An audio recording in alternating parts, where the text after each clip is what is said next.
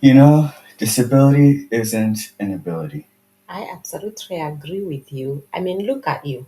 Hmm. You live with disability, but you're living your life and you're making an impact. So, Hmm. absolutely. Yeah, there's a lot of people out there with disabilities who are making quite an impact. Absolutely. Like that nurse we met Hmm. the other day Yep. during my appointment. Hmm. She was there and talking a little bit about her condition, Hmm. which I didn't understand at first. Yeah. But when she left, then I saw her magnet Mm. that she wore on her wrist. Yeah. So I knew at that very moment that she had a VNS too, like Hmm. me. Yeah. Yeah. And it was encouraging. You caught it Mm-hmm. because when she talked about, she was very excited Mm-hmm. to be working with a VNS, and she was saying, yeah, I know how a VNS feels like and stuff and works, and I didn't even catch that. Mm-hmm. And then she said, but it's so exciting to be on the other side, to actually be turning it on and off and seeing how it works on the Mm-hmm. computer. And so she was really excited to be working with your VNS. Mm-hmm. Um, I thought she was talking about her husband. I didn't catch at first that Mm-hmm. she was talking about herself. Yeah. Also, hearing from the nurse she was with, Hmm. saying that she also struggled with seizures. Yeah. So that really encouraged me. That really inspired me Hmm. to hear that a nurse, Yeah. someone who has graduated college, Yes, with RN. yeah, with She's RN. a registered nurse, which is Hmm. very difficult to become a registered nurse. Yeah, so it was really encouraging to see her, who graduated and became an RN, Hmm. living her life, Yeah. even though she has a disability, Hmm. having seizures Hmm. and all of that, but she's still living her life But with she's still joy. with joy. I mean, So, she was so joyful. She hmm, was very joyful, and she just really seemed to be enjoying her work. Um, so to see that was encouraging. And then when it eventually clicked to me hmm, that she struggles with seizures and she has that VNS hmm, that you have, hmm, um, I was catching slower than you because if yeah, I caught it right away, I probably would have really been interested in having conversation with her. And because she was open, hmm, she was talking about it.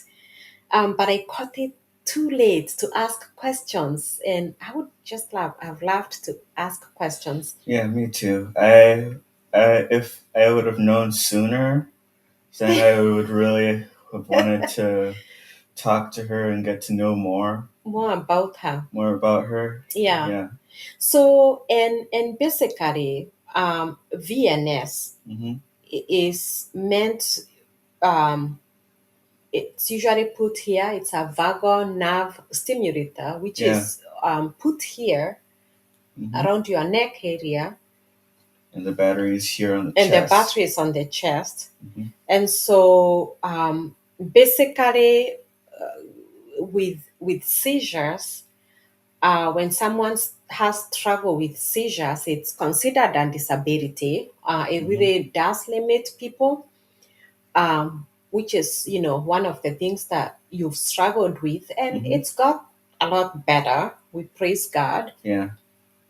Uh, but so that VNS is usually meant to send electrical changes when it senses the the abnormal electrical changes from the brain, and Hmm. all of our brains sense those changes. Hmm. But when there's abnormal changes happening, that's what trigger the seizures. Yeah. So basically, there's this magnet that you normally wear. Yeah.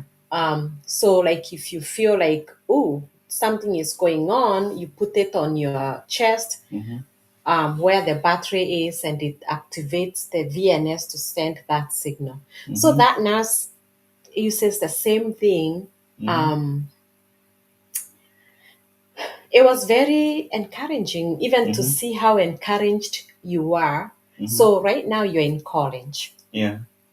You're in college. What did it make you feel to see somebody, because sometimes you do get tired and you're Mm-hmm. like, oh, am I even doing the right thing to be in college? Yeah. So, what did it make you feel to see this nurse who went to college Mm-hmm. and she graduated with registered nurse degree, Mm-hmm.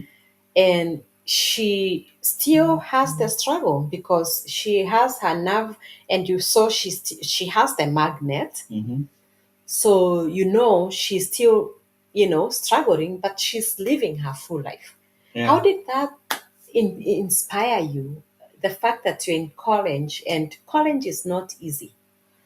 Yeah. College is not easy. For me, anyways, because it takes a lot of brain power. A Mm-hmm. lot of brain power. So you It's have to hard. process things, Mm-hmm. and um, to see her as an RN Yeah, makes me feel like I can do more. you can do more. Uh-huh. And even though it's a struggle, Yes, you can still push through it. yes. Um, yeah, it's pretty rare Mm-hmm. for someone with the same ability to see someone Else. else have the same disability as you. Yeah, It's really rare, but yeah, but hmm it's very good. But when you are younger and hmm you are going to that school in Minneapolis, that was a charter school. yeah, It was a charter school, and it was a very nice school. hmm But one of your teachers also struggled with seizures. which I But didn't really but you know. didn't know because you are very young. Yeah. But I knew that, hmm as your mom, I knew that one of your teachers struggled with seizures. hmm But she still had gone to college and graduated and was a teacher. hmm And she was teaching in classrooms.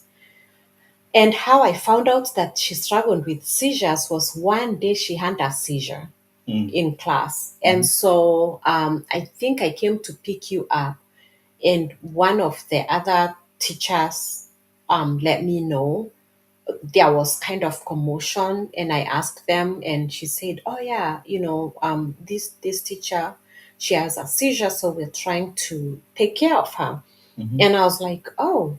And she wasn't shy about it. hmm She had a seizure, she told people, and so other people were watching out for her, um, the coworkers. But you are young, you wouldn't remember that. But she Yeah. was one of your teachers. hmm So as a mom, I also get really excited when I meet people that have a struggle and are making it in life. hmm Like they are not letting the struggle hold them down. hmm And that's the prayer I had for you from the beginning. Nate, I've pushed you, hmm right? I've pushed you, Yeah. and you have not disappointed. hmm You're a hard worker. hmm You graduated high school. Um, you're doing great hmm with college, and even if it means doing less, going slow is what I mean. Like hmm instead of taking full time, it's okay to take part time. hmm There are many people taking part time who don't have a disability, hmm but they have other struggles. Yeah. Whether it's financial, some people have to work to pay their bills, and so they are forced to take part-time school to survive. I mean, people have different struggles. Yeah. So even if it's taking half the course load and doing it well and making progress, that's all it needs, Nate. Yeah. So do you hope to graduate college?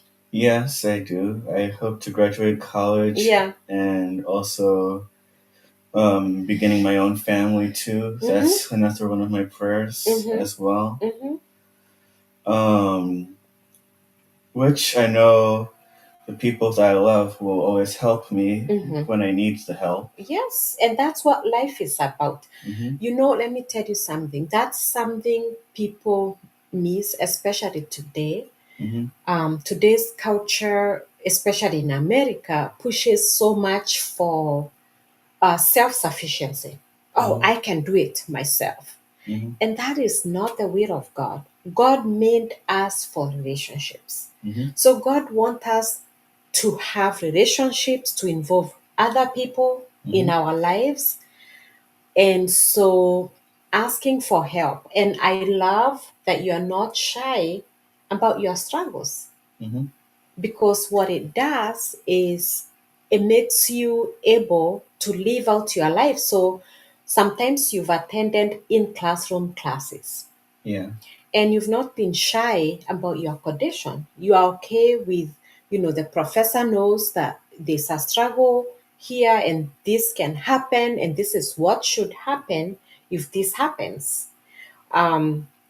Your coworkers, I mean, not coworkers, but your classmates, you are not shy about it. Yeah. Because if you needed help, it's good for them to know so that they are not freaking out like, oh my gosh, what's happening? But you've been very forthcoming about your struggle and how people can help you. What would you say to other people with disability? Is it a shame to have a disability? No, I wouldn't say it's a shame because when you live your life, you're just living your life to the fullest. Yes, you live your life to the fullest. So basically, you're not looking at all of the things that are wrong in your life. Yes. You have to look at the things that are good in your life. What, like the talents that you can do, Amen. the things God placed in your heart to do. Those are the things that not just people with disabilities, but everyone in the world should think about. Is that God gave you a specific purpose. Yes. And that's not to have bitterness about your disability or what you have, but to think of the talents that God has given you and use it. And use it. Use it to bless others. And what would you say to somebody with disability that covers up? They hide that they have a disability. What would you say to that person? I would just simply say, don't hide yourself. It will only make things worse if you hide yourself. Absolutely. Absolutely. It's not wrong to express what you're feeling. Because people are going to be there to help you. Yeah. And the other thing is, you can't hide a disability. I normally say it's like covering fire with a blanket. Because when you cover fire with a blanket, the blanket is going to burn and eventually you see the fire. And so, when people try to cover up disability, like you said, it does them disservice, because then you're always living in the fear of, I don't want people to know. And the question is why? Nobody chooses to have disability. It happens to some people and they didn't choose.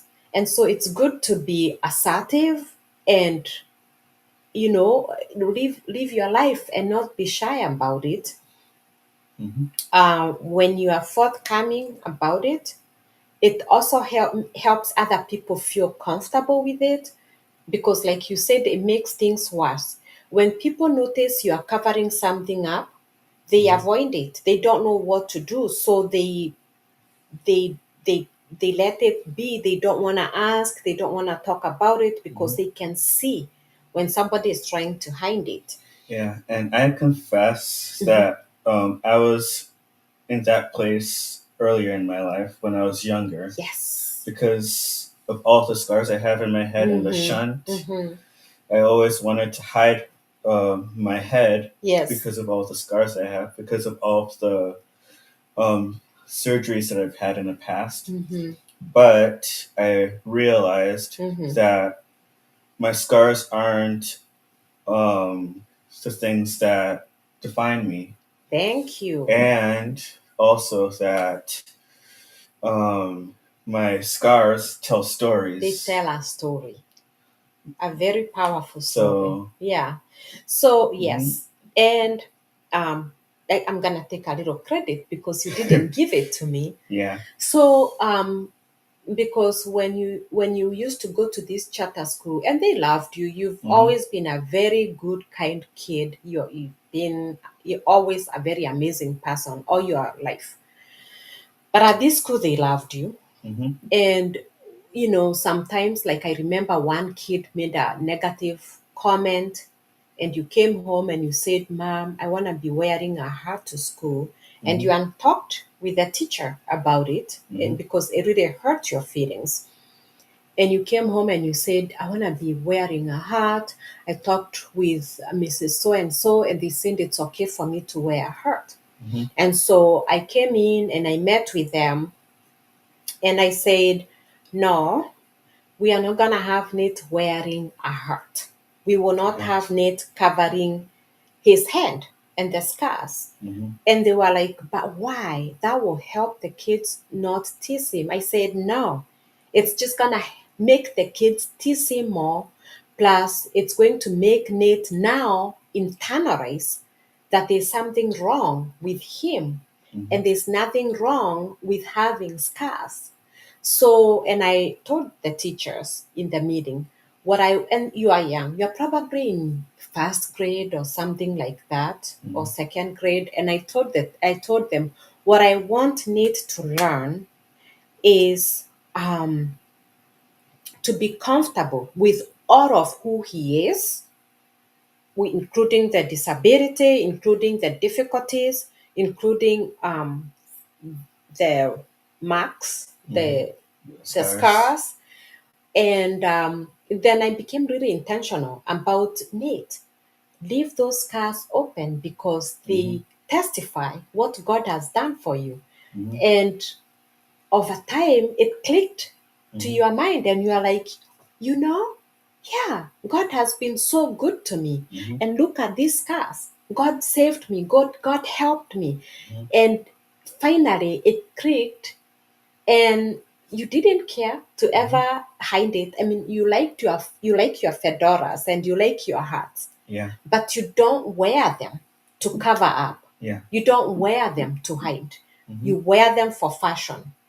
So I think what I would say to parents who have children with a disability is, if you are not comfortable with your child having the disability, you're going to trickle it down to the child. Would you agree? Yeah. And then you're just going to affect your child's life by making them shy, by making them have a low self-esteem of themselves. But as a parent, so, I'm excited because my book, Knowing and Yielding to the Voice That Counts, I'm working on it to put it back in the shelf.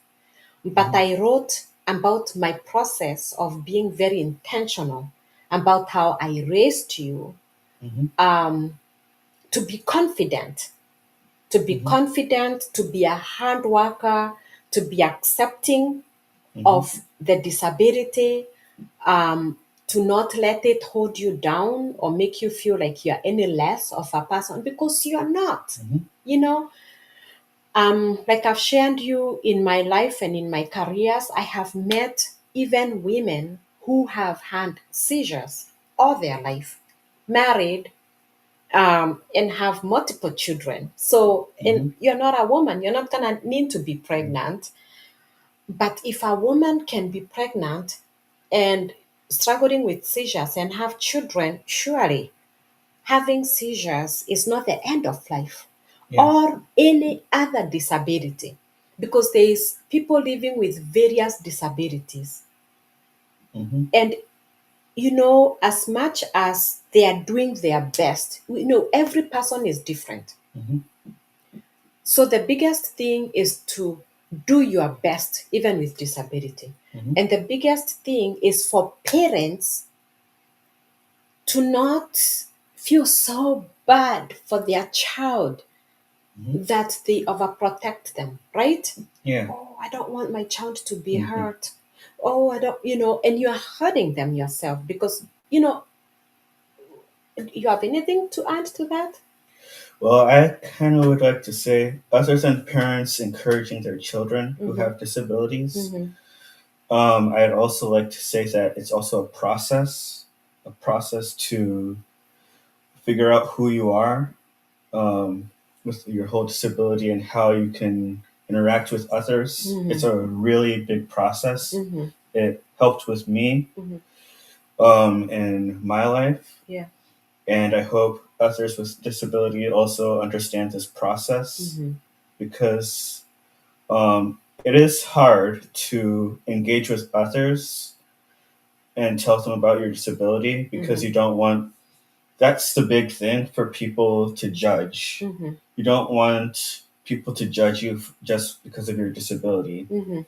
And I think that's the one thing that a lot of people are afraid of. Yes. Like if you hide yourself, they don't want to be judged. To be judged. Oh, that is such a great point. Mm-hmm. I love that you say it's a process. It's a process to finally accept yourself, but you have to start that process. So, what I'm hearing you say is if you are out there and you have a disability, it's a process. But start that process of saying, I don't want to be judged. But guess what, Nate? It's not only people who have disability who fear to be judged. Yeah. Even people without disability, human beings generally are afraid to be judged, which is why a lot of people struggle to be authentic. People are always trying to think, what am I gonna do so that people can love me, accept me? And there's so many people throughout the world that are always thinking about how can I perform to be loved, to be accepted. But that's not what life is about, right? Yeah. Life is about being authentic. Be yourself and let those who love you for yourself, right? So even with disability, which when somebody has disability, I think it feels like it gives it a bigger reason for somebody to think I'll be judged because of this. But it makes them feel vulnerable. Vulnerable. Thank you. That's the right term. It makes them feel more vulnerable because of the disability. But really, the process is realizing that human beings fear to be judged. So what you are feeling is normal. The fear to be judged is normal to all humanity. So, but then to decide, I love myself. I think, it starts with I love myself. I accept myself. I'm going to be myself. And then let those who want to be with you be with you because they love you as a person. And that is not only for people with disability. Yeah. It's for everybody in life. There's so many fake people today. People are fake. You can't even tell who a person is because people are being trained to do this to get by and do this, and there's just so many people walking around like robots trying to do all these things they've been told to do this instead of just learning. I mean, you learn manners and you learn to say thank you and you learn to have a positive attitude, but be yourself. Don't be fake trying to perform, right? To be accepted. Number one, not everybody in life is going to like you or accept you, right? Is that okay or not okay? It's okay. That's okay. Not everybody is gonna accept you or like you, whether you have a disability or not. You're gonna have people that are gonna like you. You're gonna have people that are not gonna like you. So being okay with that, being okay with, oh, I know that person doesn't like me. That's okay. They have a right to their feelings. So being okay with that and then celebrating those who love you and those who like you and those who want to be with you, instead of always looking for everybody. Oh, I just want everybody. That's irrational.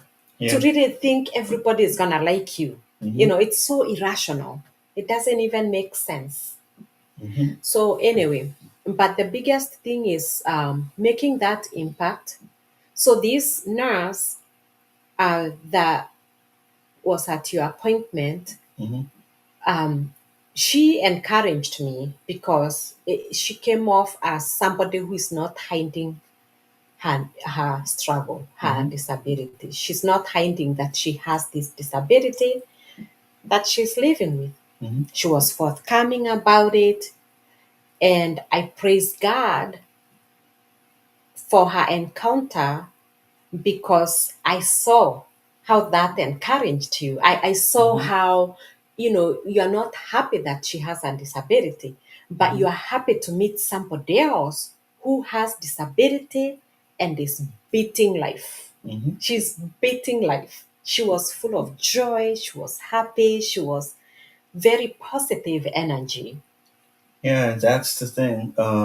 There are people out there who have a disability, and other people don't even know about it. Yeah. Like that nurse who we saw that she was living a good life, and it didn't occur to us that she had a disability, that she had epilepsy, like me.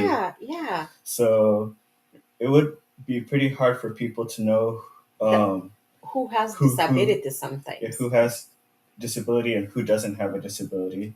So I agree because like she was just having fun, and we had to come back, and the other nurse that she was with, we had to say, "Excuse me, did she say this? Did she say?" And she was like, "Yeah, yeah," and we were like, because she was just having fun with life.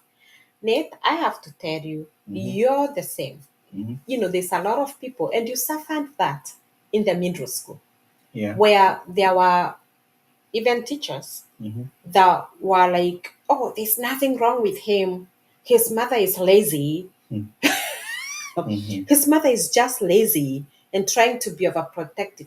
Look at him. There's nothing wrong with him. He's just, I'm going like, oh, can you stop?" Yeah. But they didn't believe that you have the struggles that I was telling them that you have. And there are many people in life who don't believe you have a struggle until something happens, and then they are freaking out like, what?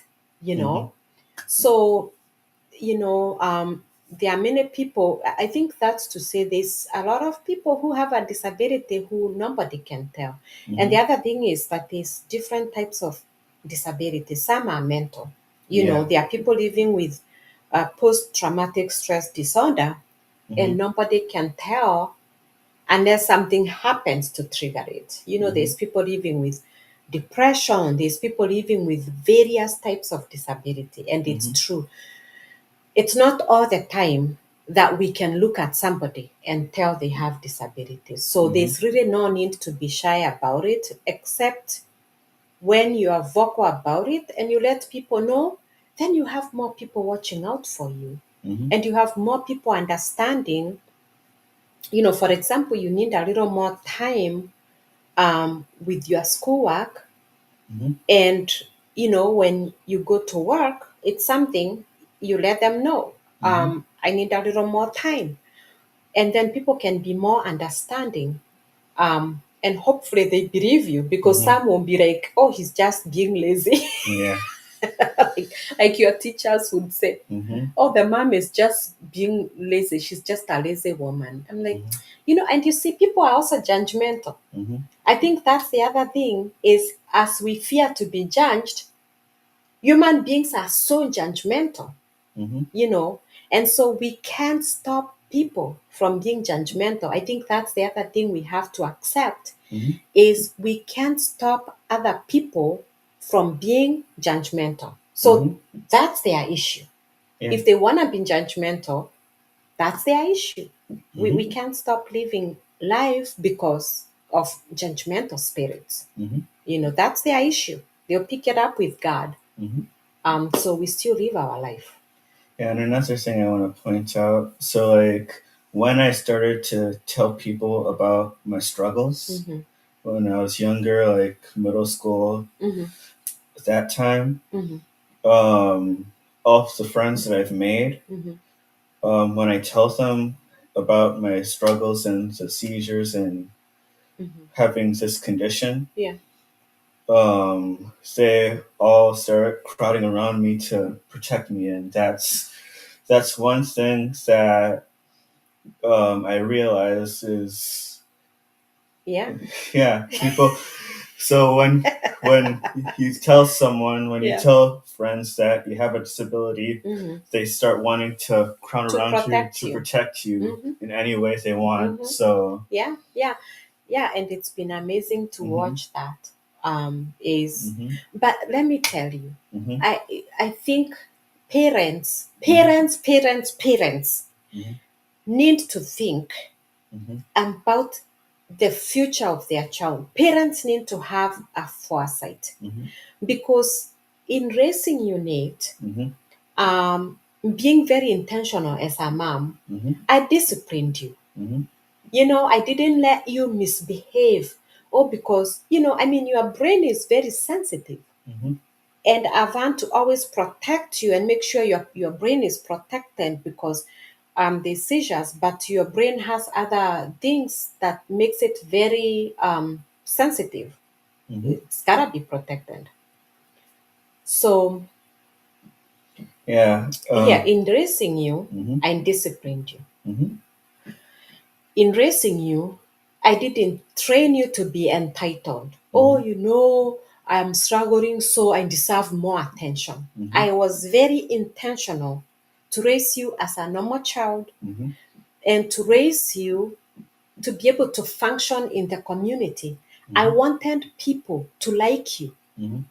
And I think speaking to a lot of parents with a child with disability, they don't think about foresight. And they push their children on people, just like my child and understand my child. And they let their children misbehave. They let their children throw tantrums because they have a disability. And then nobody want to be around their child. And they are saying, it's because my child has a disability. But no, it's because if your child has a disability, and so they're going to be hurting other children and expecting to get away with it because, my child has a disability, that's why they're hurting other children. No, they're hurting other children because you let them, as a parent, to be entitled and to think they can do that and get away with it. So as I was raising you, I was very intentional because I wanted you to grow up to be a good person.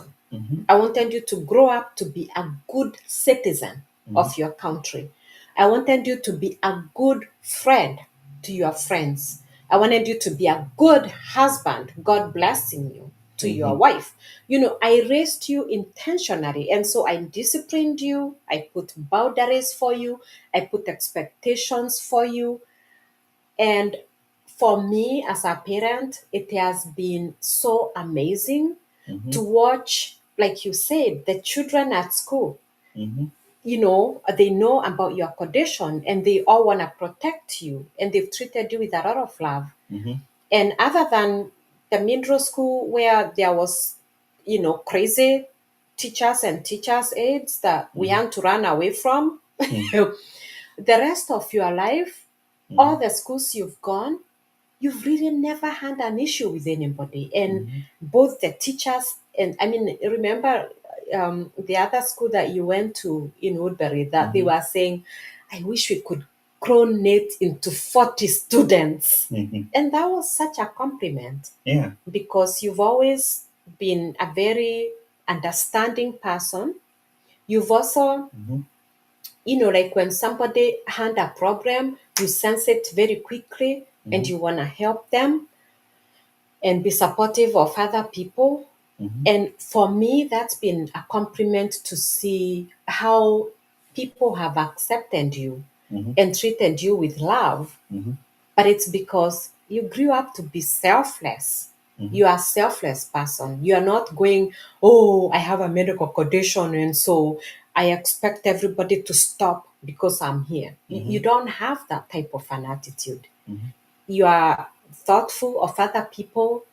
And so for me as a parent, that very thing has really blessed my heart. And that's what I would like for many parents with a child with disability to hear is you have to think of that child as though, what if I was not here today? Am I doing things that would help my child have a better life?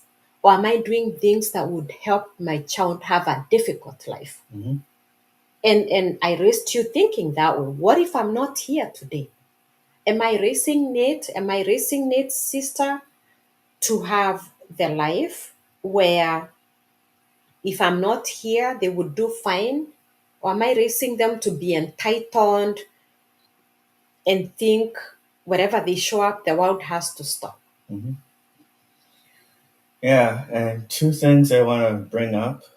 So the first thing, so you know how it's the Woodbury Middle School, and I told you this story.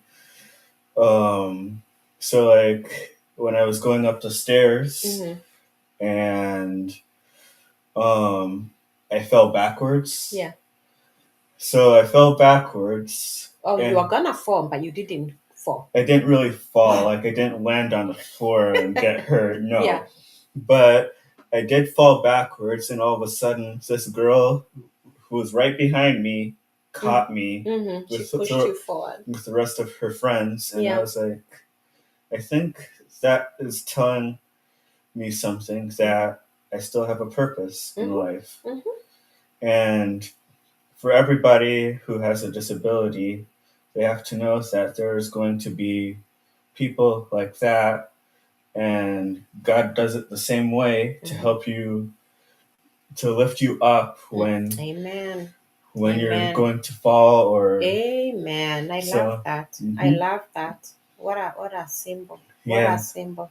So, and then the other thing about parents for having children with disabilities, I realized too that there are parents out there that think that their children with disabilities are such a disappointment. Oh yeah, sadly. Sadly, yes. Sadly, but yes. But they don't realize the things that their children are capable of. So instead of looking at, like you said earlier, the talent of a child, they are disappointed. Yeah. Because all the parents would think about is, oh, my kids can't do this, they can't play sports, they can't do dancing, all of that. And they don't look at all the good things in life, like they're smart, they get good grades in school, and they can draw, they can write. Yeah. Those are the things they have to lean towards to grow their children. Yes, amen. Instead of looking at all the stuff that are putting them down. And I like that you brought up how parents get disappointed when their child has a disability. And a lot of parents live bitter and disappointed that their child has disability.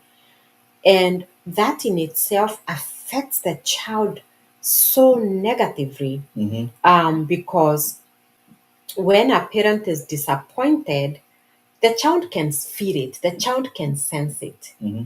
And you can't be disappointed about how God made anybody, because there's people without disability that are just living aimless lives.